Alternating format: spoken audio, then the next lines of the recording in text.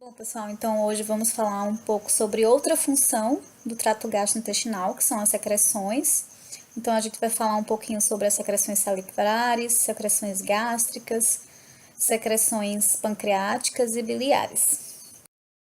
Então, falando um pouquinho sobre as secreções salivares, como vocês sabem, a maioria dos animais tem pelo menos 3 pares de glândulas salivares, né? As glândulas parótida, sublingual e submandibular. Essas glândulas apresentam células acinares e ductais, né? Então, aqui as células acinares e as células ductais. Então, as células acinares secretam a saliva aqui no lúmen, né? E depois a saliva ela passa pelos ductos e todas as glândulas elas apresentam um ducto comum que desemboca na boca. A secreção de muco ela pode variar de glândula para glândula e por isso que, por exemplo, as glândulas parótidas apresentam uma saliva mais serosa, totalmente serosa, ou seja, com pouca produção de muco. A saliva da glândula sublingual é quase que completamente mucosa, já a submandibular é uma saliva, libera uma saliva mista, né? Principalmente serosa, mas também parcialmente mucosa. Então, aqui mostrando para vocês, né, um esquema de um ácido com células de ductos coletores. Então, as células acinares, elas têm a função de secretar saliva aqui no lume.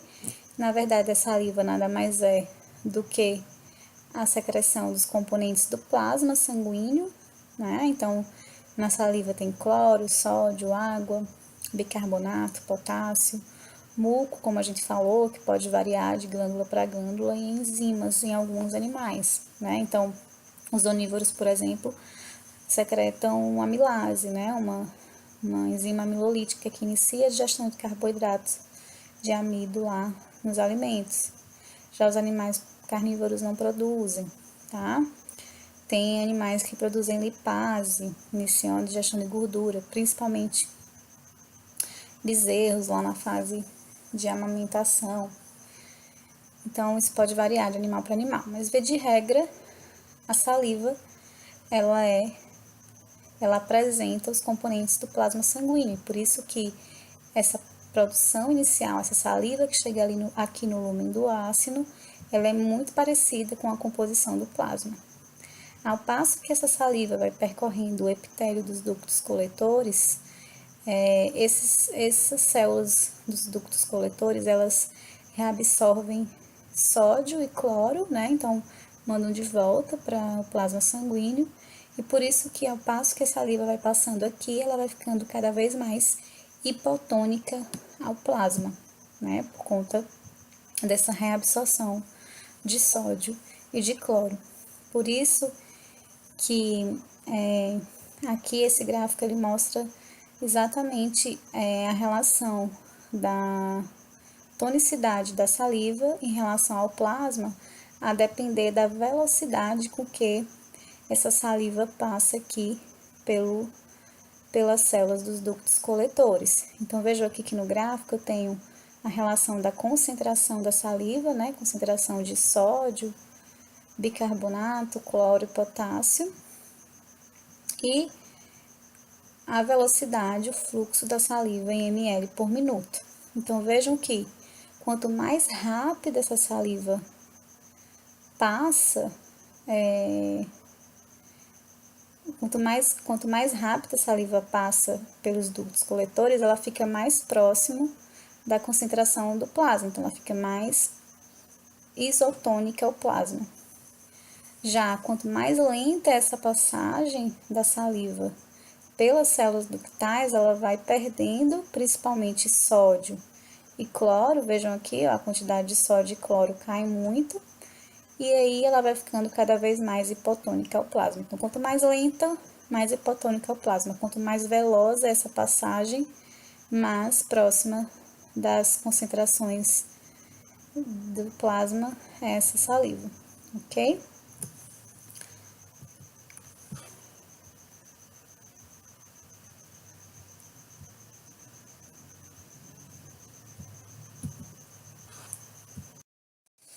Então, via de regra, pessoal, as salivas, elas são produzidas e secretadas dessa forma, né, lá produzidas lá nos ácidos, e ao passo que elas vão passando pelos ductos coletores, elas vão ficando cada vez mais isotônicas ao plasma, mas como a gente é estudante, né, de medicina veterinária, existem diferenças entre espécies, e esse gráfico ele faz uma comparação entre o soro sanguíneo, a saliva do ruminante e a saliva canina, e a diferença na composição dessa saliva se dá pela necessidade desses animais em relação ao processo de digestão de alimentos. Vejam que no ruminante há uma grande concentração de bicarbonato e fosfato. Essa alta concentração de bicarbonato e fosfato é importante, uma vez que esses compostos eles são tampões, eles funcionam como tampões. Então, como vocês sabem, logo após o esôfago você tem o rumen, uma grande câmara fermentativa com produção de muito ácido. Então, não é por acaso que a saliva ela tem grande quantidade desses tampões justamente para neutralizar esses ácidos produzidos pela fermentação animal, ok? Para vocês terem uma ideia, um ruminante ele produz cerca de 100 a 200 litros de saliva por dia, né? Justamente para neutralizar esses ácidos e evitar, provavelmente, possivelmente, uma acidose ruminal, ok? Bom, falando agora sobre as secreções gástricas, aqui nessa imagem mostra um aumento da região da mucosa do estômago.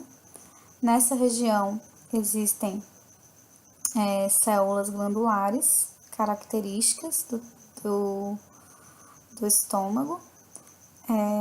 Aqui vejam que a gente tem células do tipo mucosa, né, que já na região mais proximal da mucosa, mais próxima do lume do órgão, células mucosas, superfície. Essas células mucosas, elas produzem um muco mais denso.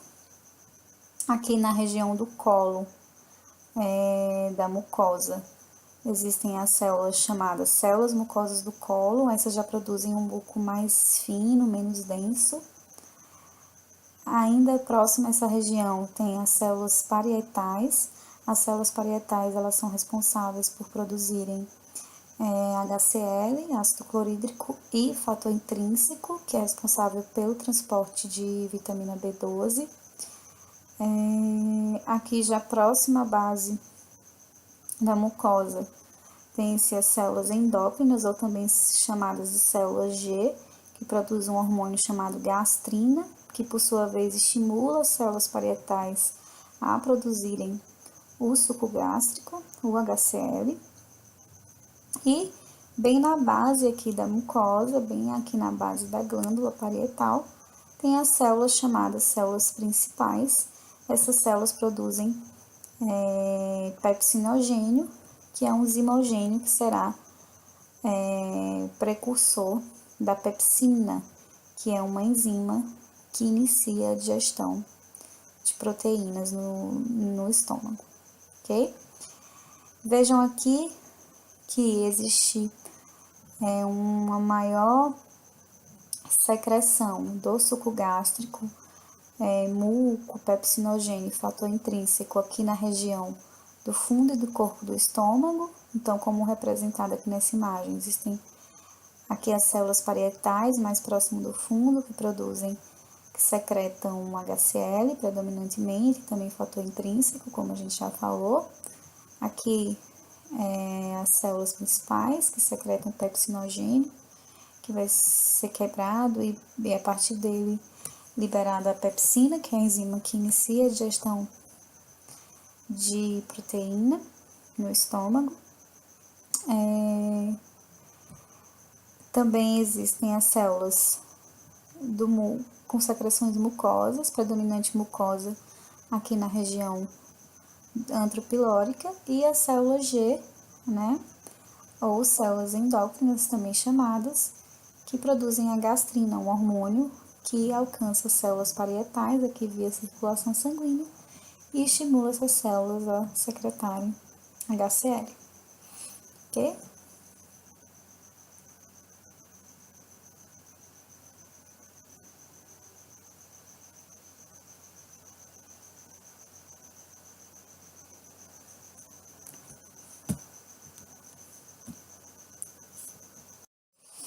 Então, essa imagem ela mostra a dinâmica de secreção de HCl no lumen do órgão pelas células parietais.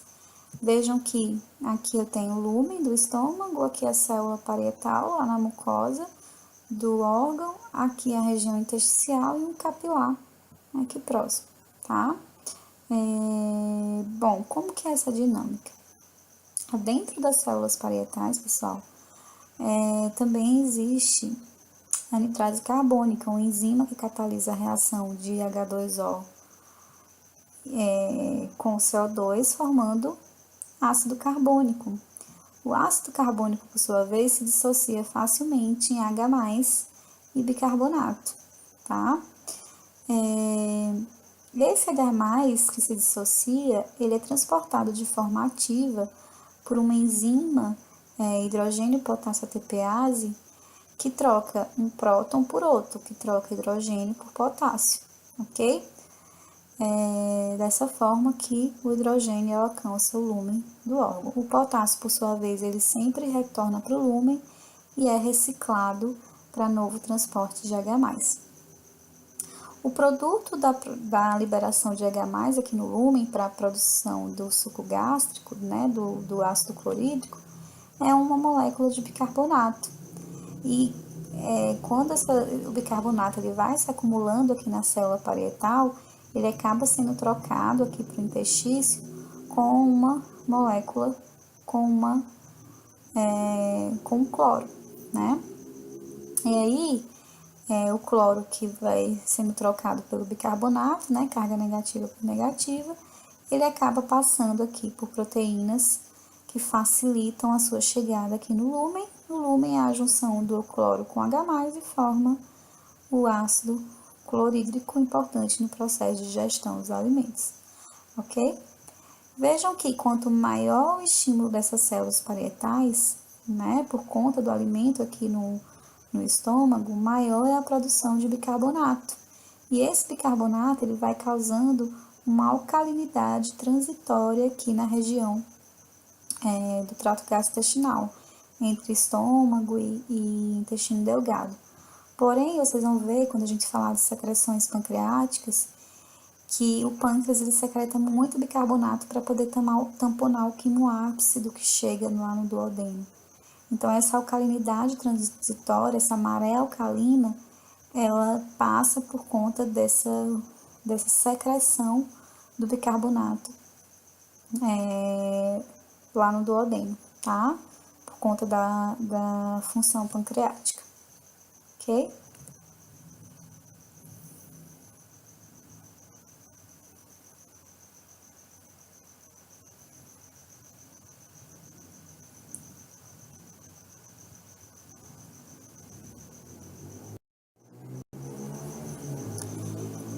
As células principais, como a gente falou, elas secretam, quando estimuladas, o pepsinogênio. O pepsinogênio é um zimogênio, ou seja, uma enzima inativa, que só é ativada quando ela chega no lumen do órgão, tá? O pepsinogênio, então, são formados nas células principais como proenzimas inativas, como a gente falou, ou zimogênios. Então, quando o zimogênio, quando o pepsinogênio chega no lumen do órgão, o próprio ácido clorídrico quebra esse pepsinogênio, liberando a pepsina, que é a enzima na forma ativa, que vai auxiliar no processo de digestão proteica. Bom, pessoal, o estímulo das células parietal, células G, células principais, se dá pela ação de acetilcolina, né, que é o neurotransmissor liberado pelo sistema nervoso entérico, lembra que é o neurotransmissor liberado também pelo sistema nervoso parasimpático, que está relacionado ao processo de digestão. As células parietais, que são as responsáveis por produzirem o HCl, né, o suco gástrico, elas têm receptores para acetilcolina, como também têm receptores para gastrina e para histamina. O estímulo dessas células depende ou da expectativa do alimento, né? Então o animal nem ingeriu o alimento ainda, mas só a expectativa pelo alimento já gera um estímulo, e esse estímulo inicial já faz com que o estômago ele se prepare para receber o alimento. E a outra fase, o outro processo se dá quando o alimento chega no estômago, e aí os estímulos mais intensos são gerados, obviamente, com maior produção de HCl, maior produção de pepsinogênio. Por isso que as fases das secreções gástricas são divididas em três, em fase cefálica, fase gástrica e fase intestinal. Na fase cefálica, só a expectativa pelo alimento gera um estímulo aferente que gera uma resposta via nervo vago, que estimula o sistema nervoso entérico a liberar acetilcolina. Esse estímulo inicial, com liberação de acetilcolina, estimula a célula parietal e a célula G a liberar gastrina e HCl. A gastrina, por sua vez, vai via corrente sanguínea, é um hormônio, né, que alcança a célula parietal, que também tem receptor para gastrina e que intensifica ainda mais essa produção, né, de HCl, se preparando, então, preparando o estômago, então, para receber o alimento. Após a fase cefálica, né, onde o animal está na expectativa ainda pelo alimento, temos a fase gástrica. O que seria a fase gástrica? O animal se alimentou, o alimento chegou aqui no estômago, distendeu as paredes do órgão, estimulou mecanorreceptores e quimiorreceptores, que vão gerar um estímulo aferente e vão gerar aquele reflexo, né, no sistema nervoso entérico. Logo, eu vou ter mais produção de acetilcolina, mais receptores da célula parietal ocupado, mais HCl. Mais acetilcolina, mais estímulo da célula G, né, a liberarem gastrina, mais receptores da célula parietal ocupada, mais HCl. Concordo que nessa fase é necessário muito HCl para digerir esse quimo que está aqui praticamente sólido ainda. Então, eu tenho o máximo de produção de HCl nessa fase. Além das células G e célula parietal, existem células aqui na mucosa também que são chamadas células semelhantes a enterocromafins. Essas células também são estimuladas por acetilcolina e a gastrina, especialmente na fase gástrica. E essas células, elas produzem um hormônio chamado histamina. A histamina também alcança as células parietais. As células parietais também têm receptores para histamina, também são estimuladas pela histamina, então mais produção de HCl. Então vejo que as células parietais elas têm receptores para acetilcolina, para gastrina e para histamina. Quanto mais esses receptores são ocupados, maior a produção de suco gástrico, DHCl, ok? Então, fase cefálica, máximo estímulo, máxima produção de HCl para digestão do quimo. Isso se dá pela chegada do alimento aqui no estômago, a distensão do estômago e a própria composição do alimento estimula quimiorreceptores e mecanorreceptores, que vão gerar uma informação sensorial para o sistema nervoso entérico, que vai gerar como resposta a liberação de mais acetilcolina, ok? Em relação à produção de pepsinogênio, na verdade a liberação de pepsinogênio no lumen do órgão, ainda não está bem determinado, mas provavelmente essas células também são estimuladas pela acetilcolina e muito parecido com as células parietais. ok? Pela gastrina. Mas, pessoal, na fase intestinal, o que acontece? Na fase intestinal, o pH aqui do estômago, ele cai muito, tá? Fica lá próximo de 1. Por quê? Porque se o alimento está sendo digerido, as células parietais estão no estímulo máximo, muito HCl no lumen, o pH vai caindo cada vez mais. Quando o pH chega aqui próximo de 1, as células G, elas são inibidas de produzirem gastrina. Como também o quimoácido chega aqui no duodeno, estimula as células S secretarem secretina, que também parecem inibir a liberação de gastrina pela célula G. Menos gastrina, menos estímulo da célula parietal, mesmo menos HCl. Aqui na imagem não mostra, mas também esse pH muito ácido estimula as células D, aqui da mucosa também, a liberarem somatostatina. A somatostatina também inibe a liberação de HCl. Tudo isso vai fazer com que diminua a secreção de HCl, já que uma secreção muito ácida poderia, por exemplo, danificar a própria parede do órgão, tá? Então, nessa fase, o alimento ele já está muito bem digerido, logo, essa produção de HCl ela tem que diminuir, tende a diminuir, ok?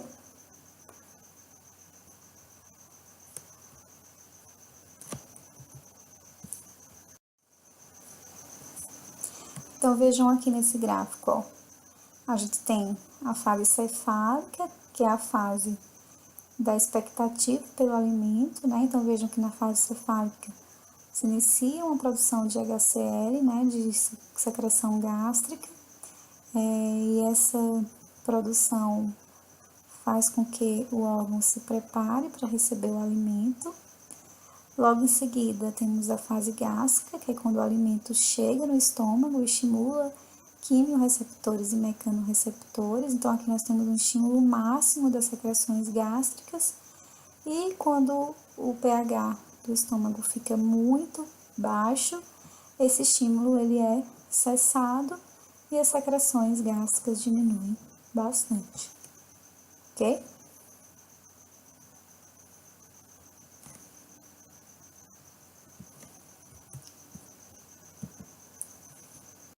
Então vejam que esse esquema ele resume bem tudo que a gente falou em relação às fases da secreção gástrica. Então, primeiro nós temos um estímulo vagal, somente pela expectativa pelo alimento. Esse estímulo faz com que aconteça a liberação inicial de acetilcolina. A acetilcolina já começa a estimular as células G e células semelhantes a enterocromafins a liberarem gastrina e histamina, né, respectivamente. A célula parietal tem receptores tanto para gastrina, quanto para histamina, quanto para acetilcolina. Então, no início, lá no estímulo vagal, ela começa a liberar uma certa quantidade de HCl lá na fase cefálica. Quando os alimentos chegam no estômago, o estímulo aumenta, né? Como o estímulo aumenta, a gente tem uma maior liberação de acetilcolina, mais células G sendo estimuladas, mais células do tipo enterocromafim sendo estimulada, mais células parietais sendo estimulada, mais HCl, né? Mais gastrina, mais HCl, mais histamina, mais HCl. Isso gera um máximo de produção de HCl para a digestão do alimento. Quando o pH estomacal fica muito baixo, né, lá próximo de 1, agora a gente tem um estímulo das células D, que produzem somatostatina, que por sua vez fazem feedback negativo, inibindo a liberação de gastrina e histamina pelas células enterocromafins e células G. Isso vai diminuir o estímulo das células parietais, menos HCl, pH estomacal volta a subir, não ficar tão baixo, tão ácido, ok? Então, fase cefálica é um estímulo inicial de produção de HCl. Fase gástrica é o estímulo máximo de produção de HCl.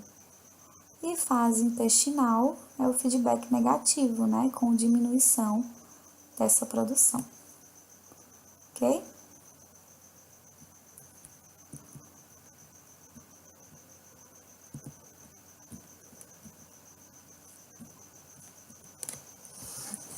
Então, uma vez que o quimo ele passa para o duodeno, a acidez do quimo estimula células endócrinas aqui presentes no duodeno a secretarem gastrina e colecistoquinina, dois hormônios importantes no processo das secreções pancreáticas e biliares, ok? Logo, quando acontece a secreção de secretina e colecistoquinina, esses dois hormônios seguem via corrente sanguínea até o pâncreas exócrino. O pâncreas exócrino, pessoal, também é formado por ácinos, parecidos lá com as glândulas salivares, então as células acinares pancreáticas e os ductos pancreáticos.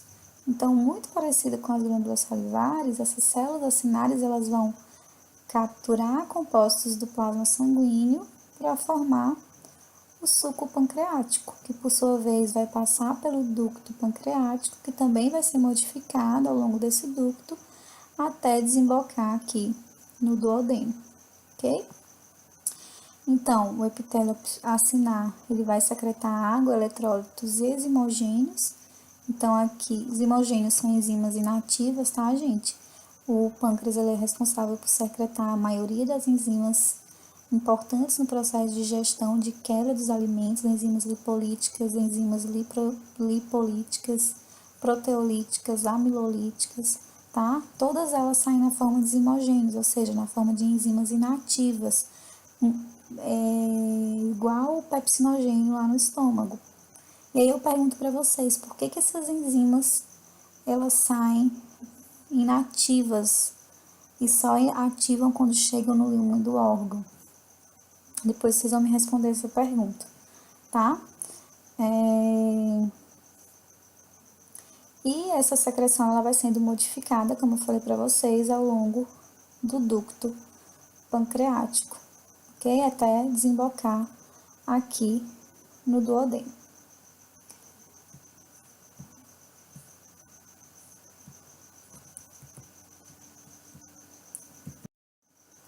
Então, vejam aqui, ó, que os hormônios que são produzidos lá pelas células S no duodeno e células I, secretina e colecistoquinina, eles vão estimular o pâncreas exócrino a secretarem o suco pancreático importante na digestão do alimento. Então, as células acinares, pessoal, elas são estimuladas pela colecistoquinina, então existem receptores aqui nessas células para esse hormônio. A colecistoquinina estimula o ácido pancreático a secretar aqui no lúmen os zimogênios, as enzimas importantes no processo digestivo, sódio, cloro, bicarbonato, potássio e água. Tudo é secretado aqui no lúmen. Esse suco pancreático ele vai passando aqui pelo ducto e a secretina estimula as células ductais a secretarem aqui no lúmen, principalmente bicarbonato, ok? Além do sódio, potássio e cloro. Mas muita quantidade de bicarbonato é secretada aqui no lúmen do ducto. Lembra que eu falei para vocês que as células parietais, para produzirem HCl, elas acabam também acumulando grandes quantidades de bicarbonato? E esse bicarbonato acaba indo para os capilares ali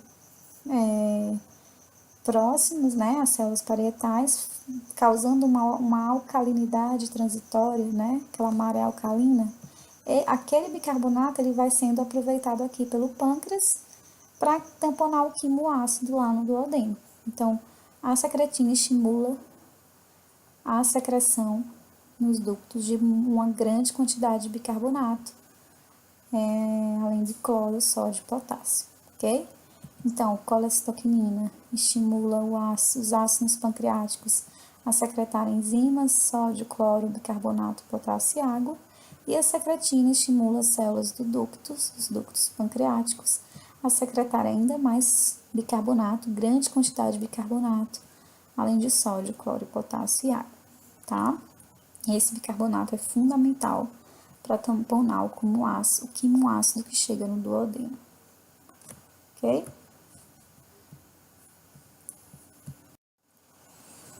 E aí, como eu falei para vocês, as enzimas secretadas pelo pâncreas, elas são secretadas na forma de proenzimas ou zimogênios.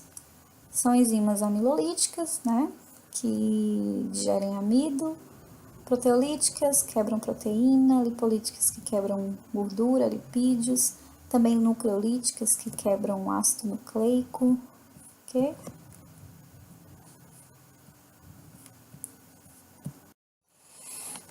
Falando agora sobre a secreção biliar, né?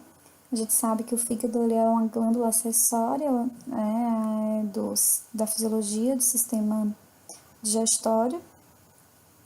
Os hepatócitos presentes no fígado, eles são responsáveis por formarem a bile, né? Então, eles formam os sais biliares a partir do colesterol, que vão desembocar no canalículo biliar e depois vão ser armazenados na vesícula biliar para os animais que têm vesícula. Para os animais que não têm vesículas, não ocorre armazenamento, ok? Então, como eu falei para vocês, a bile ela é formada, os sais biliares, na verdade, que são os principais envolvidos no processo de digestão, são formados a partir do colesterol. Além disso, a bile contém pigmentos biliares, lecitina, fosfolipídios, ácidos biliares primários e secundários e apresentam uma composição eletrolítica semelhante ao plasma sanguíneo. Como que é estimulada a liberação de bile no duodeno para auxiliar no processo digestivo? Existe aqui no duodeno um esfíncter chamado esfíncter de Oddi. E como eu falei para vocês, a maioria dos animais armazena a bile produzida lá no fígado aqui na vesícula biliar. Principalmente quando o animal não está se alimentando, esse armazenamento vai acontecendo. Quando o alimento chega no duodeno, a produção de colesteaquinina, esse hormônio estimula a abertura do esfíncter de Oddi e estimula a contração da vesícula biliar. Se a vesícula biliar contrai, a bile que está aqui armazenada, ela segue até o duodeno. Com o esfíncter de Oddi relaxado, a bile, então, alcança o lumen do órgão e auxilia no processo digestivo, especialmente de gordura. Então,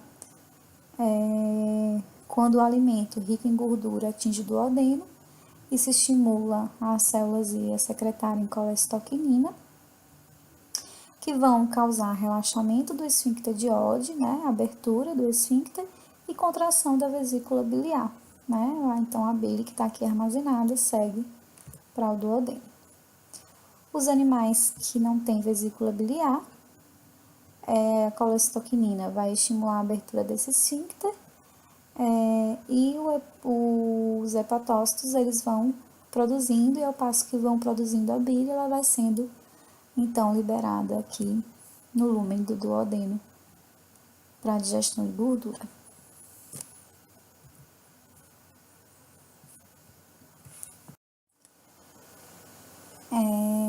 Então, pessoal, só repetindo, como vocês viram, a colesteaquinina, né, produzida por células aqui no duodeno estimuladas pela presença do quimo rico em gordura, ela vai estimular a abertura do ducto de Oddi e a contração da vesícula biliar, né? Eu não falei para vocês, mas também a secretina, que é liberada pelas células S no duodeno estimuladas pelo quimoácido, elas também têm um papel importante no estímulo dos hepatócitos e ductos biliares, semelhantes ao que elas exercem lá nos ductos pancreáticos, estimulando também a secreção de bicarbonato e a mudança na composição da bile, ok? Os sais biliares que participam aqui no processo de digestão de gordura, eles, quando chegam lá no ilho, eles são absorvidos e eles alcançam aqui a veia porta, que por sua vez alcançam o fígado, que vão estimular os hepatócitos a produzirem mais bile, mais sais biliares, mais bile vai alcançar o duodeno, enquanto o esfíncter de Oddi estiver aberto. Essa circulação, né, de bile, de sais biliares, alcançando o duodeno, seguindo pela veia porta, alcançando o fígado, estimulando mais secreção de bile, que vai chegar ao duodeno, essa circulação é chamada de circulação enterohepática. Terminou a digestão, as células I, elas também não vão ter mais estímulo. Se não tem colesteroquinina, logo o esfíncter de Oddi se fecha. Se o esfíncter de Oddi que fecha, os sais biliares que estão chegando aqui no fígado vão estimular a secreção de bile, mas essa, por sua vez, vai ser agora armazenada na vesícula biliar. Como não tem mais bile chegando, cada vez menos sais biliares vão estimular o fígado até que essa produção ela diminui ou cessa, ok? Então, com o término da digestão, o estímulo para a secreção de colesteroquinina é removido, como eu falei, acontece o fechamento do esfíncter de Oddi e desvio da bile para a vesícula, cada vez menos sais biliares fazendo feedback positivo aqui com os hepatócitos, até que o animal se alimente de novo e tudo recomece. Bom, gente, é isso que eu tinha para falar para vocês sobre secreções gástricas. Na próxima aula a gente vai falar propriamente do processo de digestão e absorção dos nutrientes presentes nos alimentos, ok?